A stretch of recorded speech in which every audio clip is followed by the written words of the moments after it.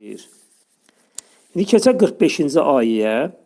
Və izə qilə ləhumuttəqu mə beynə əydikum və xalfəkum ləğəlləkum turhamun.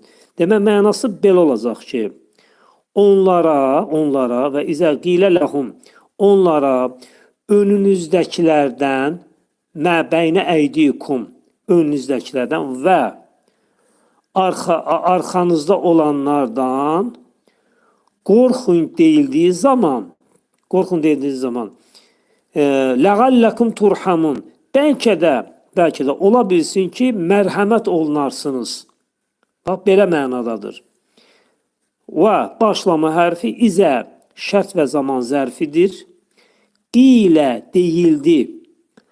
Cavabı məhsus fiili şərt məhsul növüdür. Fiilin demək mazi növüdür.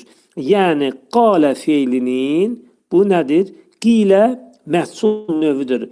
Ona görə burada yazılır məhsul fiil mazidir. Fiil şərtdir. Yəni izə ilə işlədiyinə görə qilə bu fiilin şərt mənasında nədir? İşləniləcəkdir. Sonra ləhumuttəqu onlara mənasıdır. Ləhumu əslində ləhumu idi. Burada mimin üstündə sükun var idi.